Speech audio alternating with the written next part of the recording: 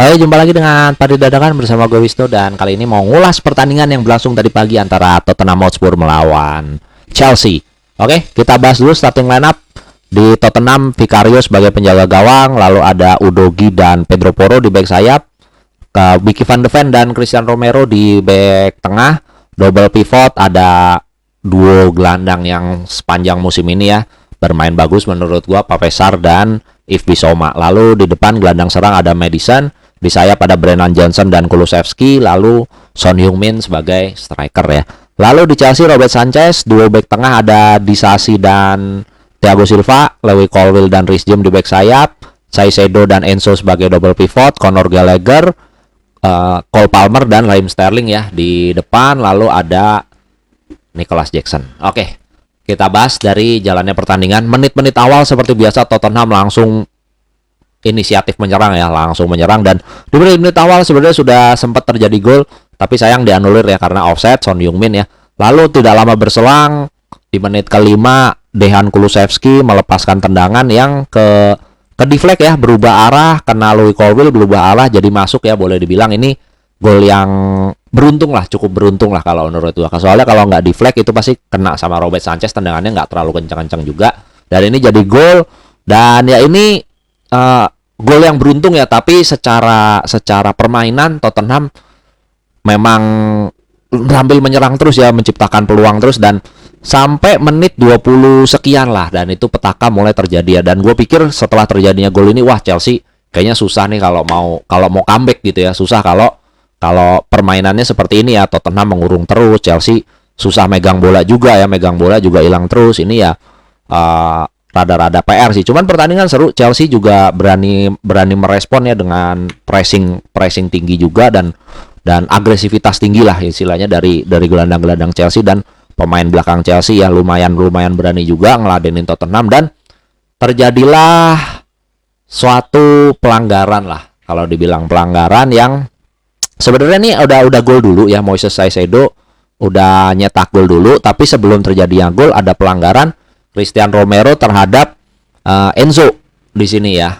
Pelanggaran yang, nah ini menurut gua suatu kontroversi sih kalau menurut gua, karena ini langsung dikasih straight red ya, Christian Romero langsung dikasih kartu merah langsung. Dan menurut gue ini bisa diperdebatkan ya, karena kalau menurut gue Christian Romero tidak ada intensi, cuman memang kakinya agak sedikit tinggi, dan itu memang dianggap, mungkin pertimbangan wasit dianggap itu berbahaya, jadi langsung dikasih kartu merah. Kalau menurut gue nggak harus langsung merah ya, karena ini kan merah plus penalti ya. Ya walaupun sebelumnya sudah terjadi gol gitu ya, kalau nggak ada pelanggaran pun Caicedo udah ngegolin. Tapi ya ini sih big loss banget lah buat Hotspur ya. Jadi kartu merah straight red ya, walaupun kalaupun seandainya 1-1 tapi tidak di kartu merah, sebenarnya mungkin pertandingan akan berjalan lebih seru ya. Gua begitu kartu merah, waduh kok kayaknya pertandingan udah kayak berat sebelah nih gua rasa ya, karena gua yakin Chelsea dengan komposisi gelandang yang hardworking, terus juga mobilitas tinggi, Cole Palmer, Raheem Sterling ini juga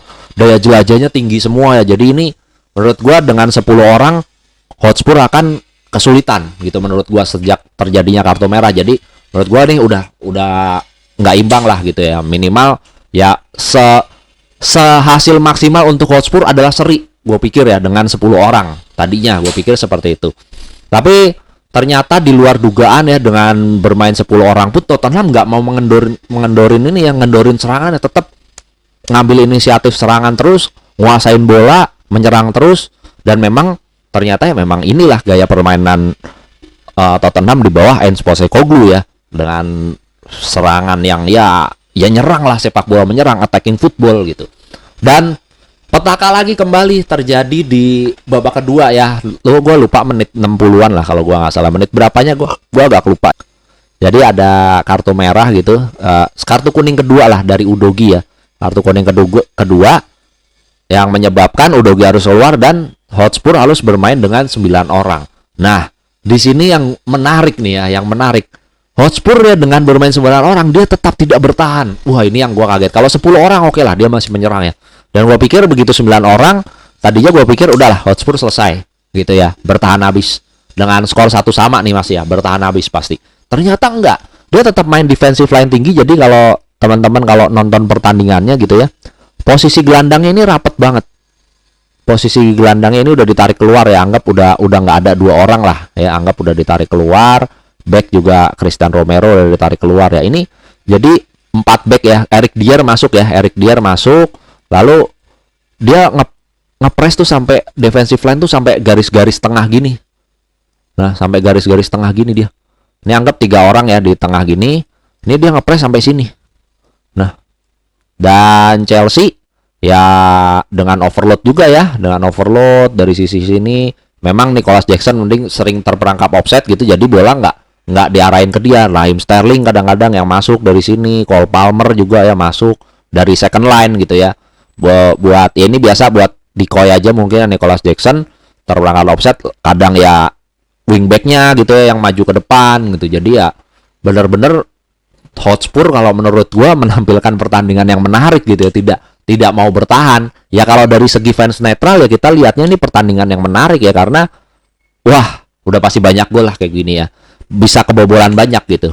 Dan gue udah feeling ya, karena ini 9 orang lawan 11 udah nggak imbang ya menurut gua, dan pasti kebobolan gitu. Harusnya secara teoritis itu harusnya pasti Tottenham kebobolan gitu, dan benar terjadilah kebobolan yang begitu 2-1. Gua rasa pertandingan selesai sih, Tottenham nggak ada kesempatan ngebalas. Memang sempat Eric Dier sempat ngegolin ya, menyamakan kedudukan pada saat skor masih 2-1, menyamakan kedudukan, tapi terlebih dahulu sudah terperangkap offside, jadi golnya dianulir. Dan ya Nicholas Jackson kira menciptakan hat-trick lah di pertandingan ini. Yang perlu gua acungin jempol adalah Ange Postecoglou yang menolak untuk bertahan ya.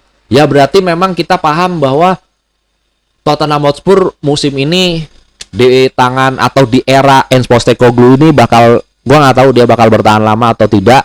Yang pasti akan menyuguhkan pertandingan-pertandingan yang menurut gua menarik.